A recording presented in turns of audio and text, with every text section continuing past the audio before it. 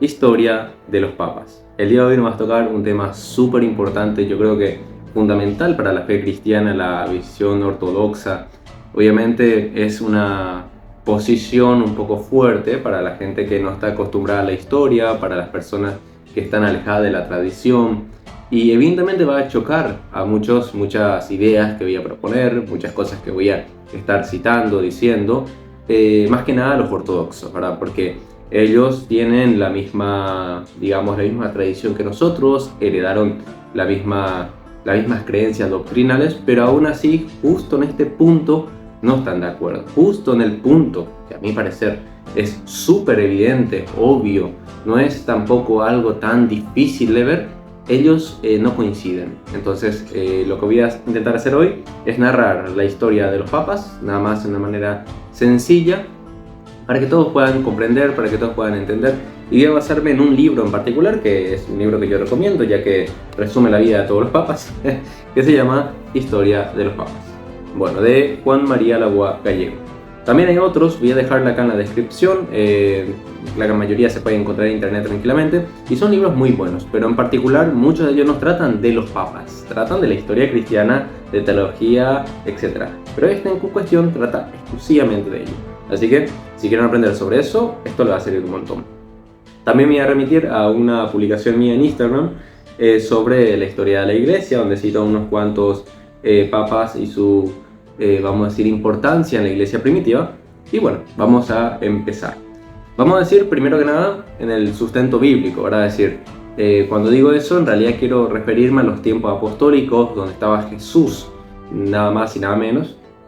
Y uno dirá, ¿de dónde viene el sucesor de Pedro? ¿Cómo es que sabemos que Pedro tuvo un sucesor efectivamente? ¿Por qué debería de tener Pedro? Yo creo que la mayoría de los protestantes pueden entender tranquilamente que Pedro tenía un primado, es decir, una posición honorífica superior a todo el resto de los apóstoles. Ahora bien, la rama evangélica más alejada de la tradición reformada no creo que comprenda esto. De hecho, le sería imposible, no le entraría en la cabeza una idea de estas, pero la realidad es que eso se ve en la teología. Cuando uno agarra la Biblia y mira lo primero, quiero que analicen lo siguiente. Los 4 evangelios, las 4 formas de narrar el mismo evangelio, son hechos por ¿quién? Por Lucas, discípulo de Pablo, por Mateo, apóstol, por Juan, apóstol, y por Marcos, discípulo de Pedro. En los 4 evangelios, ¿quién tiene el protagonismo entre los apóstoles? Pedro. Y uno dirá, eso no tiene importancia, ¿no? Sí que tiene importancia, que es lo que voy a explicarles. Los apóstoles, para escribir los evangelios, vivieron un conjunto de experiencias. Jesús le habló a Judas, le habló a los dos, ¿verdad? Judas Iscariote y Tadeo, le habló a Santiago el Menor, Santiago el Mayor, le habló a todos. Pero en los evangelios no encontramos muy poca narrativa de ellos, a diferencia de Pedro. Yo les pregunto, ¿es coincidencia que en los 4 evangelios esté como protagonista de los apóstoles, como un representante de los apóstoles a Pedro? En ningún sentido. Y esto se va reforzando, que es lo que vamos a ir explicando, que cuando una persona quiere narrar a un personaje principal, tiene ciertas particularidades. Por ejemplo, ¿quién era quien siempre ponía objeción a Jesús? Pedro. ¿Quién era que generalmente no entendía las parábolas y preguntaba? Pedro.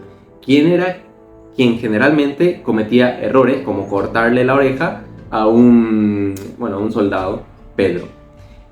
Y estas cosas que van anotando los evangelistas no lo hacen porque simplemente se le ocurre, Jesús no habló a todos, pero vamos a poner a Pedro. En realidad es porque Pedro tenía una posición preeminente. Piensen lo siguiente. ¿Quién de los apóstoles fue el primero en conocer a Jesús? No fue Pedro. Entonces, en todos los evangelios siempre aparece primero Pedro. ¿Por qué aparece primero Pedro si él no es el primero de los que conoció a Jesús? No es el primero. Ahí entraría un punto muy importante en la literatura antigua, y hasta hoy se mantiene, que cuando vos nombrás la jerarquía, vos no decís por lo general el cónsul, el ministro y el presidente. Por lo general decís primero el presidente y después le nombrás el resto. Por lo general. En la antigüedad esto era casi una regla, difícil encontrar una literatura diferente de esto, y para el pueblo judío era lo mismo. Si yo voy a nombrar el orden de la jerarquía entre personas, coloco primero al más importante. Y ahí siempre estuvieron de acuerdo todos los evangelistas en citar a Pedro primero. ¿Por qué primero? porque hay un grado de jerarquía, un grado de particularidad. Noten, por ejemplo, cuando Juan se va para ver que Jesús efectivamente había resucitado, ¿qué hace? Para delante del sepulcro y dice: voy a esperar a Pedro, a que Pedro entre primero, porque primero es la autoridad quien debe de ver y después yo. Eso es lo que tenía Juan en mente. De lo contrario, no tiene ningún sentido ni que Juan no haya querido entrar a ver a Jesús, si es que realmente resucitó, ni que le hubiera esperado a Pedro, ni que se hubiera escrito eso. Porque aun si sucedió el hecho, ¿por qué eso se dejó escrito? ¿Cuál es la particularidad del escrito? ¿Cuál es el sentido del texto? Es transmitir ciertas verdades, en este caso un grado de jerarquía. Cristo se reveló primero a quién, según Pablo. ¿Primero a quién? En la resurrección. Piensen, Pedro. ¿Pero eso es cierto? No, los evangelios narran que las primeras personas en ver a Jesús resucitado son mujeres. Pero sin embargo, cuando Pablo dice Cristo se apareció en este orden a nosotros, dice primero Pedro. Pero no es cierto. Entonces un grado de jerarquía nuevamente. Podríamos pensar también en cuando Pablo va a irse con la iglesia, ¿verdad? Se convierte a cristiano, dice: primero fui a buscar a Pedro. ¿Por qué primero a Pedro? ¿Por qué no te fuiste a buscarle a Juan o otro apóstol? ¿Por qué justo a él? Porque él entendía su papel. Pero dice que no lo encontró. Pero luego de eso, que le vio a Santiago, el hermano del Señor, dice él, que es Santiago el Justo, a él le impusieron las manos junto a Bernabé y se fueron. Ahí otra vez un grado de jerarquía. Pero a quien le buscó fue a Pedro. Pensemos también, por otro lado, obviamente el cambio de nombre que le da Jesús a Pedro. Simón. Bueno, ¿cuál es el punto? En el Antiguo Testamento el cambio de nombre siempre significa algo. De Abraham a Abraham, que significa padre de las naciones. De Sarai a Sara, que significa mujer fértil. Si no estoy equivocado, esto pueden rebuscarse, porque yo todo estoy diciendo de memoria lo que más o menos me sé. De Jacob le cambié a Israel, que significa mi primogénito. Y a todo y cada uno que le cambió el nombre, le cambié con un significado, con un nuevo propósito. Y por lo general una descendencia. A Abraham, como dijimos, padre de todas las generaciones venideras. ¿Qué más podríamos pensar? Y cuando le instituye a Pedro, le dice que él iba a ser la piedra, sobre esta piedra edificaré mi iglesia. No es que en Pedro reposa la iglesia, no quiero explicar de esa manera, sino que como, a la par de la tradición, que en Pedro Jesús quiere dar la figura de la unidad y que él iba a ser el que iba a continuar, vamos a decir, esa unidad de la iglesia. Él es la figura visible, que eso es lo que se ve en el Concilio de Jerusalén. Piensen en el Concilio de Jerusalén. ¿Quién era realmente el dueño, por así decir, o el obispo del lugar? Santiago. Pero ¿quién habla cuando llega el Espíritu Santo? Nuevamente, volvemos a Pedro. Y así con un conjunto de razones más que podríamos dar, así como las llaves que le da únicamente a Pedro, nuevamente volvemos, las llaves son figura de autoridad, así como cuando le das tu llave al niño, sino que le das tu llave a una persona mayor que puede encargarse de la casa, la llave del vehículo, pensemos, o la llave básicamente de la casa, le das a alguien que sabes que puede cuidar esas cosas. Entonces, todo esto que he narrado es una parte ínfima, porque hay mucho más. Es a Pedro quien le dice: apacienta a mis ovejas, apacienta a los corderos. Y los evangélicos entienden tan mal este texto que dicen: no, él está restituyendo su lugar de apóstol. Él en ningún momento perdió su lugar de apóstol. Una cosa es que le está volviendo, sí, ¿verdad?, a recordar: me negaste 3 veces y por eso yo te doy 3 cargas. Pero no es solo eso el sentido del texto. El texto le está dando un papel a Pedro, y es apacentar a los corderos y a las ovejas, en general al rebaño, en general al rebaño. Significa a las autoridades y no autoridades. Ese es realmente el sentido del Evangelio cuando habla de Pedro. Y no tendría ningún caso ni ningún sentido que en el Evangelio esté escrito eso si él no tuviera sucesor, porque no aporta absolutamente nada a la revelación que haya existido un hombre que sucedió todo eso y que sin embargo no puede heredar, vamos a decir, esta cualidad. Eso le digo de esa manera tan drástica, esto es mi opinión netamente, porque yo digo, si Pedro no tuviera sucesor, ¿de qué sentido hay en todo lo que le he explicado? no aporta absolutamente nada a la revelación. Ok, existió un hombre Pedro que era el príncipe de los apóstoles, llamado así por San Agustín, y este era la cabeza de la iglesia. Murió y luego no hubo cabeza de la iglesia. Eso no tiene ningún sentido, al menos para mí. Para mí tiene sentido. Sí, su sucesor, al igual que todos los apóstoles que tuvieron sucesores, tuvieron un papel importantísimo en la iglesia. Por ejemplo, Marcos, discípulo primero que fue de Pablo, luego Pablo le rechazó y se fue con Pedro, y ahí escribió su evangelio. O sea, es súper importante su papel. O lo mismo con Lucas, etc. Hasta ahí sería la parte bíblica. En un anterior vídeo ya habíamos explicado cómo Pedro realmente murió en Roma, no a diferencia de lo que dicen algunos apologistas que no sé por qué niegan esto. Es como que la literatura te da un conjunto de información muy vasta y se atreven igual a decir no, esto es falso. Pero bueno, vamos a citar lo que dice en la página 26 del libro que me referí al inicio, y dice: este es el significado de la carta del Sínodo de Arles del año 314, dirigido al obispo Silvestre de Roma, cuando afirma que los obispos de la urbe se encuentran en los lugares, y cita, en los que se sientan diariamente los apóstoles, y su sangre derramada testifica sin cesar la gloria de Dios.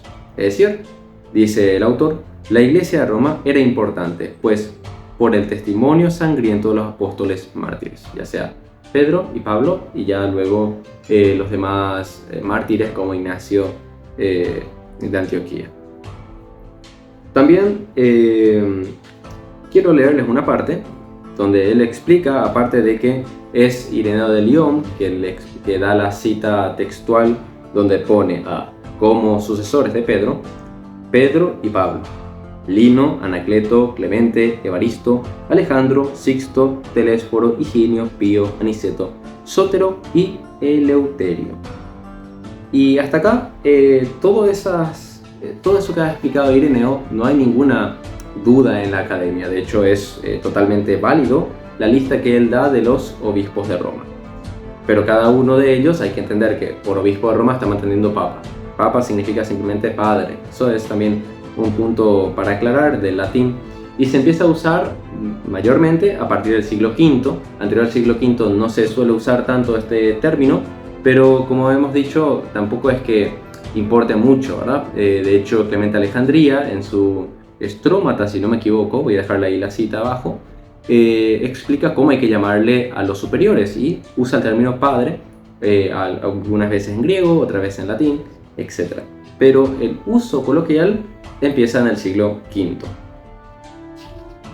También dice este autor lo siguiente sobre Pedro, que es llamado 51 veces Simón, Kefa, es decir, piedra, 9 veces, y 154 veces Petros.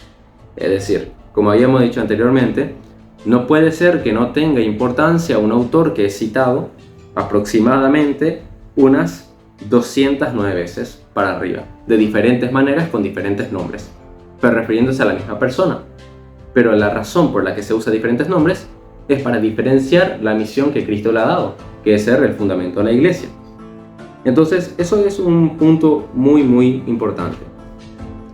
Ahora vamos a pasar a lo que han dicho algunos, o alguna importancia que han dado algunos papas en el periodo de la historia de la iglesia. Por ejemplo, Aniceto, del año 155 al 166, discute con el obispo Policarpo, que es el discípulo del apóstol Juan, sobre la fecha de la Pascua. Como hay una discrepancia entre estos dos, aún así la iglesia no se divide. Pero a mí lo que me llama la atención es que el discípulo del apóstol Juan no es que dice vos no tenés autoridad sobre esta cuestión, sino al contrario, discute con él sobre esa cuestión en particular, sobre la Pascua, y al no llegar a un acuerdo, cada uno va por su lado, pero no por eso ni uno ni el otro les comulga al otro. No dice, vos tenés menos autoridad que yo y yo te puedo quitar de acá, o a la inversa, sino que parece que hay una sintonía. En cierto sentido, lo único que eso muestra es que no había una jerarquía clara. Esto es diferente. Que no haya una jerarquía clara no es igual a que no hubiera una jerarquía. Tampoco es igual a que Pedro no tuviera, o sea, los sucesores de Pedro no tuvieran el papel de Pedro, sino que no se sabía con ciencia exacta conciencia teológica sería, ¿cuál era el papel que desempeña el sucesor de Pedro? Hay también el caso de Dionisio, el obispo de Corintios, donde él agradece al Papa Sótero del año 166 al 164 por su generosidad, donde él dice que es común de la Iglesia de Roma. Pero esto es de hecho común. Ignacio de Antioquía enaltece al Papa por esto mismo, de su época claramente, que es Clemente de Roma y luego su sucesor. Pero, ¿cuál es el punto acá? Que no encontramos lo mismo en diferentes iglesias, solamente en particular en la Iglesia de Roma. Esto, como mínimo, representa el papel de la Iglesia de Roma de ser un refugio, muchas veces, a pesar de ser un lugar perseguido, de muchos cristianos. Y también un centro de generosidad. Como mínimo, eso es lo que muestra esta clase de datos. Víctor I, del año 189 al 198, el primer caso de autoridad de la Iglesia romana, que a mí me gusta mucho explicar, donde él excomulga a los de su diócesis por no seguir la Pascua establecida. La misma discrepancia que hubo con Policarpo anteriormente llegó a ser tan grave que él tuvo que, Víctor I, excomulgar. Y esto se tiene un diálogo con Ireneo, que es obispo de León, discípulo de Policarpo, y no llegan nuevamente a un acuerdo como tal, pero me gusta esa parte porque a mí me parece que nuevamente muestra la autoridad del obispo romano, que es diferente al resto. No es como si fuera que todo el mundo podía excomulgar a un grupo simplemente porque no tiene la misma fecha de Pascua. A uno sí le podría parecer radical su posición, pero independientemente si es radical o no es radical, acá el punto está, ¿podía o no podía ejercer su autoridad como obispo de Roma sobre otras iglesias? La respuesta es sí. Seferino, del año 199 al 217, expulsa a los montanistas, por ejemplo. Y los montanistas, que eran un grupo, vamos a decir, herejes, pero no habría por qué expulsarles como tal, ya que ellos querían ejercer su propia autonomía. Entonces, ellos ejerciendo su autonomía, Seferino lo que hace es le expulsa. Esto no es un concilio, que generalmente ahí es donde se hacen estas cosas. Esto no es un acuerdo entre todas las comunidades de todos los lugares, de todas las sedes. No, esto es simplemente el Papa de Roma dice, Seferino, vamos a expulsar a los montanistas, ya que yo tengo la autoridad para eso, que serían los africanos. Entonces, continuamos por ejemplo con Calixto I, que condenó a los sabelianos, aunque esto sí es más común, más notable. Esto va del año 217 al 222. El ejemplo de Cornelio también es bastante eficaz, que va del año 251 al 253, donde tiene su problema con el antipapa Novaciano, y al cual Cipriano de Cartago ayuda para que la iglesia no se divida. Y ya ustedes tendrán un vídeo que por ahí he publicado de lo que pensaba Cipriano de Cartago sobre el primado de Pedro y sus sucesores, que ya verán que es muy importante, pueden ir a verlo. Al Papa Dionisio del año 259 al 268 dice: acuden iglesias orientales para solicitar ayuda en su jurisdicción por causa del obispo de Alejandría llamado también Dionisio, a lo que el Papa escribe para corregirlo. Es decir, nosotros en nuestra propia sede no podemos hacer nada y le pedimos ¿a quién? ¿A quién le pedimos? Ya que el obispo de Alejandría está causando problemas, ¿a quién le podemos pedir? A Roma, el único que podía tener tal autoridad como para armar un conflicto sobre esta cuestión, que es un tema de autoridad. Luego ya, saltándonos un chiquitito, Julio I, del año 377 al 352, provoca el concilio romano por los problemas causados en Nicea, de la persecución de los arrianos, ¿verdad? Donde dice que en ese concilio se proclama nuevamente la doctrina trinitaria junto a San Atanasio. ¿Qué es lo que a mí en particular me muestra el papel de Julio I? Que si bien se ha hecho un concilio donde se proclama doctrina trinitaria y luego los arrianos han ganado territorio, ¿quién es el obispo nuevamente a quien se acude para provocar, vamos a decir, un choque doctrinal? Volvemos, el obispo de Roma, no fue ningún otro. Fue el obispo de Roma, Julio I, quien tuvo que, junto a San Atanasio, el famoso baluarte de la doctrina trinitaria, que tiene que proclamar nuevamente la doctrina trinitaria. En otras palabras, el papel del Papa en toda la iglesia primitiva era súper importante. Yo creo que hasta acá, esta primera parte, Ya veremos si vamos a reforzar en una segunda parte, vamos a extender esto y nada. Así que espero que me puedan dejar en los comentarios qué les parece, si hay alguna pregunta en particular, si hay algún caso, alguna historia de algún papa que han escuchado o si hay alguna objeción en particular que ustedes podrían poner. Hay otro libro también que le puedo citar, aparte de esto que yo usé para la publicación, que se llama del Monseñor Lecamus, Los orígenes del cristianismo, del año 1909, y que tiene 337 páginas. Ya voy a ver si le dejo ahí en la descripción. Y nada, espero que le haya servido y como siempre denle un like, compartan y guárdenlo, que eso a mí me ayuda muchísimo.